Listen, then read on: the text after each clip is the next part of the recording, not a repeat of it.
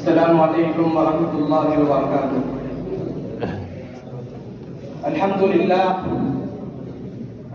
للہ جاعل النور من الظلم ومسرج الصبر على الألم وملقي التوبة على الندم فنشكره على مصائبه كما نشكره على النعم، أما بعد۔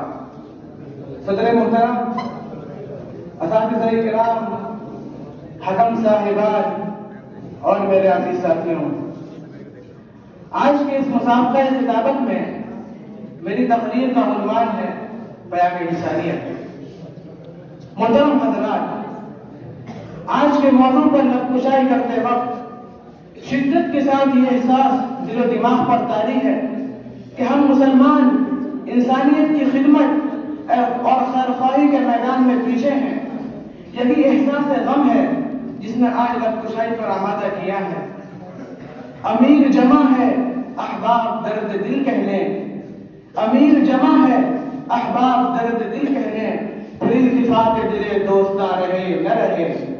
محترم سامعین، آج کے موضوع پر گفتگو کرنے کے لیے میں قرآن کریم کی آیت پیش کرتا ہوں۔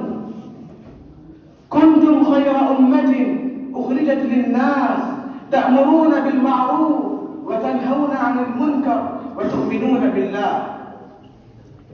یاد رہے، اللہ نے ہم کو خیر امت کی خلعت فاخرہ پہنائی تھی اور یہ تمغہ امتیاز عطا کیا تھا اس لیے کہ وہ امر بالمعروف اور نہی عن المنکر کا فریضہ انجام دیں گے۔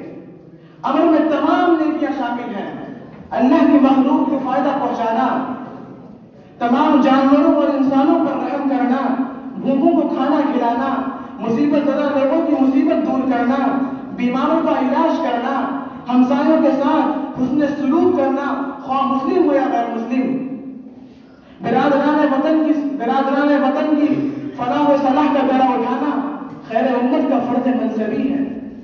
انسانی سطح پر آپس میں محبت و یکجہتی پیدا کرنا، ہر ایک کی تکلیف کو اپنی تکلیف سمجھنا، غرض یہ کہ ہر قسم کی نیکی معروف میں داخل ہے، منکر ہر قسم کی برائی سے انسانی آبادی کو بچانا۔ کوئی انسان اگر واقعی انسان ہے، انسانیت کی روح اس کے اندر ہے، تو پیام انسانیت کا انکار نہیں کر سکتا، کیونکہ درد دل پاس وفا جذبہ ایمان ہونا، درد دل پاس وفا جذبہ ایمان ہونا، آدمیت ہے یہی اور یہی انسان ہونا۔ محترم سامعین، جناب نبی کریم صلی اللہ علیہ وسلم نے فرمایا خیر الناس من ينفع الناس۔ دین اسلام انسانیت کی خدمت کا مذہب ہے، اسلام حسن اخلاق کا دوسرا نام ہے۔ ہم جس نبی کے امتی ہیں وہ حسن اخلاق کے اعلیٰ درجے پر فائز تھے۔ قرآن کہتا ہے انک لعلی خلق عظیم۔ آپ صلی اللہ علیہ وسلم کو رحمت للعالمین کے لقب سے پکارا گیا۔ روایتوں میں آتا ہے کہ ایک بار آپ صلی اللہ علیہ وسلم سخت بخار کی حالت میں تھے، جس میں اثر توے کی مانند چل رہا تھا۔ اسی حالت میں آپ کو خبر ملی کہ مکہ میں باہر سے قافلہ آیا ہوا ہے۔ آپ صلی اللہ علیہ وسلم فوراً اٹھ کھڑے ہوئے اور قافلے سے ملاقات کے لیے چل دیے۔ حضرت خدیجہ رضی اللہ عنہا گھبرا اٹھی اور بولی ہائے، آپ کو اتنا سخت بخار ہے، اس بخار کی حالت میں آپ کہاں جا رہے ہیں؟ آپ نے فرمایا خدیجہ، اگر قافلہ واپس ہو گیا اور میں اس تک رب کا پیغام نہ پہنچا سکا تو میں اپنے رب کو کیا منہ دکھاؤں گا؟ اور یاد کریں اس وقت کو کہ جب رستم کے دربار میں ربیع بن عامر نے کہا تھا اللہم ابتعثنا لنخرج من شار من عبادة العباد الى عبادة اللہ وحدہ ومن ضیق الدنیا الى سعتها ومن جور الادیان الى عدل الاسلام۔ محترم سامعین، آپ صلی اللہ علیہ وسلم نے اقوام عالم کو اخوت انسانیت کا، سچائی اور عدل گیری کا سبق پڑھایا۔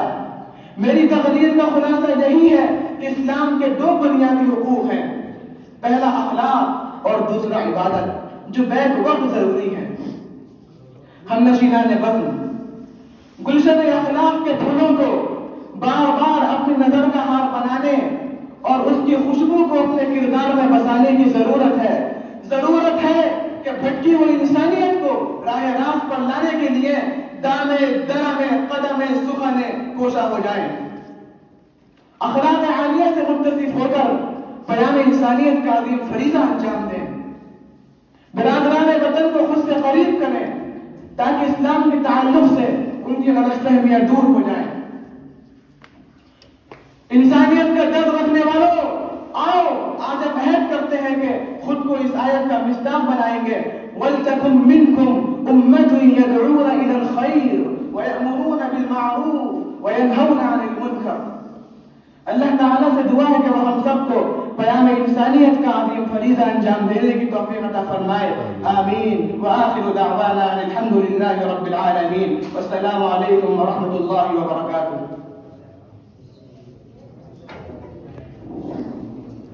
دانش احمد آئے محمد اکرم تیار۔